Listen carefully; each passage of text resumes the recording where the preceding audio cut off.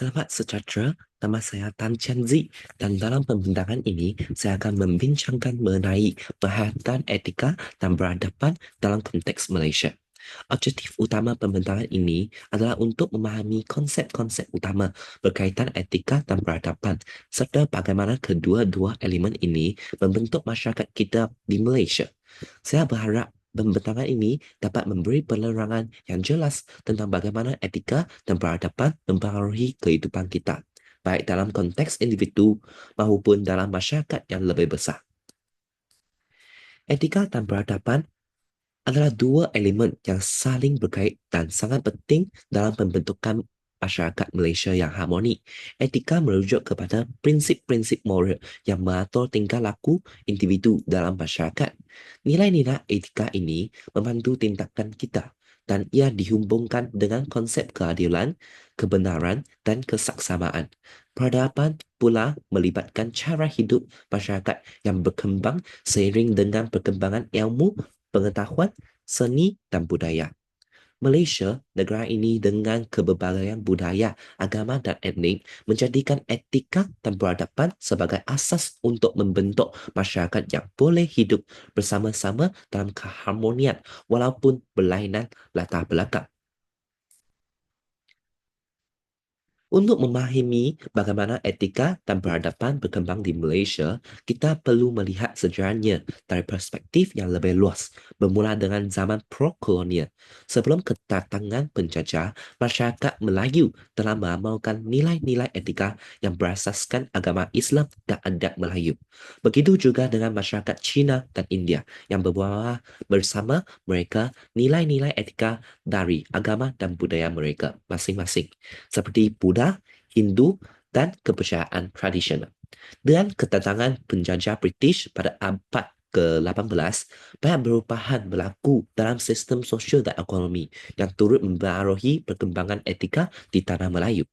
Penjajahan ini memperkenalkan sistem undang-undang barat dan pendidikan yang lebih formal, yang mengubah cara berfikir masyarakat tempatan tentang etika dan keadilan.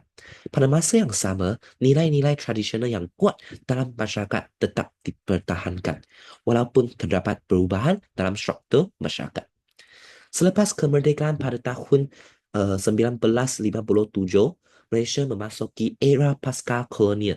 Pada zaman ini, negara ini berusaha untuk membina sebuah masyarakat yang lebih adil dan inklusif melalui konsep integrasi nasional. Etika pada masa ini lebih menekankan kepada nilai-nilai yang dapat menyatu padukan rakyat berbilang kaum dan agama. Ini termaksudlah penekanan kepada perlembagaan Malaysia yang menggariskan hak-hak asasi manusia dan kebebasan agama beragama, serta mempromosikan keharmonian antara masyarakat berbagai budaya. Apabila kita bercakap tentang konsep etika, terdapat beberapa perspektif yang perlu kita fahami. Dari sejarah pemikiran Eropah, kita boleh lihat bahawa etika telah berkembang melalui beberapa fasa penting, termasuk zaman pencerahan yang memberi penekanan kepada rasionalisme dan hak individu. Pemikiran ini membentuk banyak sistem etika moden yang kita kenal sekarang. Agama dan kepercayaan juga memainkan peranan penting dalam membentuk etika dalam masyarakat Malaysia. Agama Islam sebagai agama rasmi di negara kita memberikan panduan etika yang sangat jelas dalam kehidupan sehari-hari. Tetapi agama lain seperti Kristian, Hindu dan Buddha juga memberikan panduan yang sama mengenai nilai-nilai moral. Selain itu, kolonialisme pada pasca kolonialisme turut mempengaruhi perkembangan etika di negara kita. Semasa penjajahan, banyak nilai barat yang diperkenalkan. Tetapi selepas merdeka, negara ini juga berusaha untuk mengintegrasikan nilai-nilai etika tempatan yang lebih sesuai dengan identiti Malaysia. Sekarang mari kita lihat bagaimana kita boleh menghayati etika dan peradaban dalam kehidupan seharian kita. Perhatian ini bukan sahaja penting pada peringkat individu, tetapi juga pada peringkat keluarga, komuniti dan masyarakat. Sebagai individu, kita harus bertanggungjawab terhadap tindakan kita dan memastikan kita mengamalkan nilai-nilai seperti kejujuran, amanah, dan tanggungjawab dalam semua aspek kehidupan kita. Etika peribadi ini akan memberi impak positif bukan sahaja kepada diri kita, tetapi juga kepada orang lain yang berinteraksi dengan kita. Dalam konteks keluarga, nilai-nilai etika seperti kasih sayang, saling menghormati, dan memberi sokongan harus dijadikan asas dalam membesarkan anak-anak. Keluarga adalah unit asas dalam masyarakat, dan melalui pengajaran etika yang baik di rumah, kita dapat membentuk generasi yang lebih bertanggung jawab dan beradab pada masa depan. Dalam peringkat komuniti, perhatian etika boleh dilihat melalui kerjasama dan tolong-menolong. Masyarakat yang saling menghormati dan bekerja sama akan lebih mudah mencapai matlamat bersama seperti dalam program kemasyarakatan atau aktiviti gotong royong.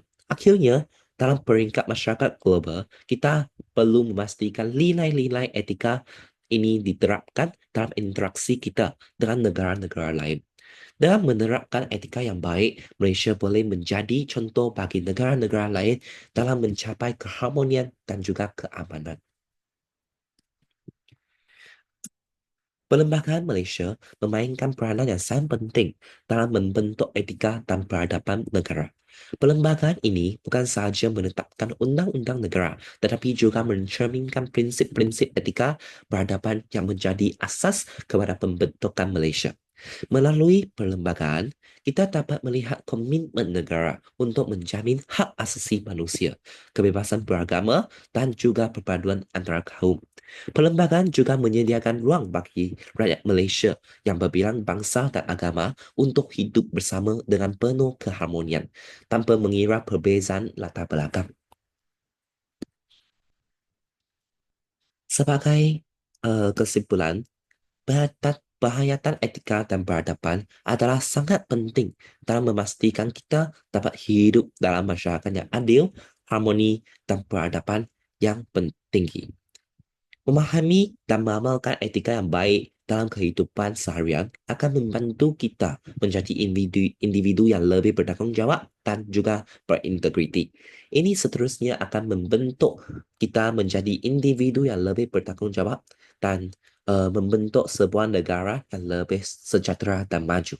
Oleh itu, marilah kita semua memainkan peranan dalam menghayati etika dan juga peradaban ini. Bukan hanya di dalam peringkat individu, tetapi juga dalam keluarga, komuniti, dan masyarakat. Itu saja untuk pembintangan saya. Terima kasih.